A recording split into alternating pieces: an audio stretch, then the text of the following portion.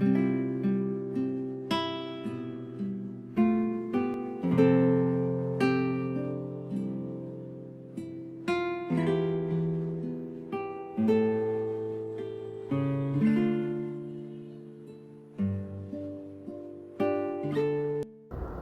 mabuting balita ng Panginoon ayon kay San Juan.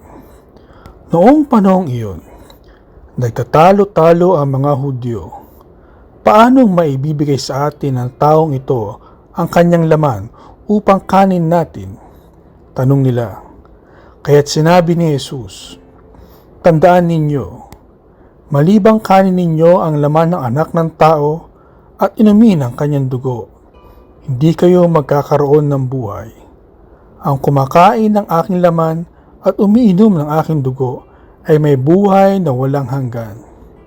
At muli ko siyang bubuhayin sa huling araw, sapagkat ang aking laman ay tunay na pagkain at ang aking dugo tunay na inumin.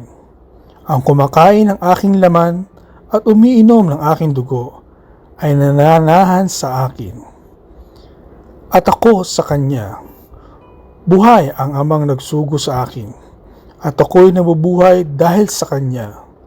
Gayon din naman, ang sinumang kumain sa akin ay mabubuhay dahil sa akin. Ito ang pagkain bumaba mula sa langit. Ang kumakain nito ay mabubuhay magpakailanman. Hindi ito katulad ng kinain ng inyong mga magulang sa ilang. Namatay sila pagkat kumain niyon. Sinabi ito ni Jesus nang siya ay nagtuturo sa sinagoga sa Capernaum. Ang mabuting balita ng Panginoon.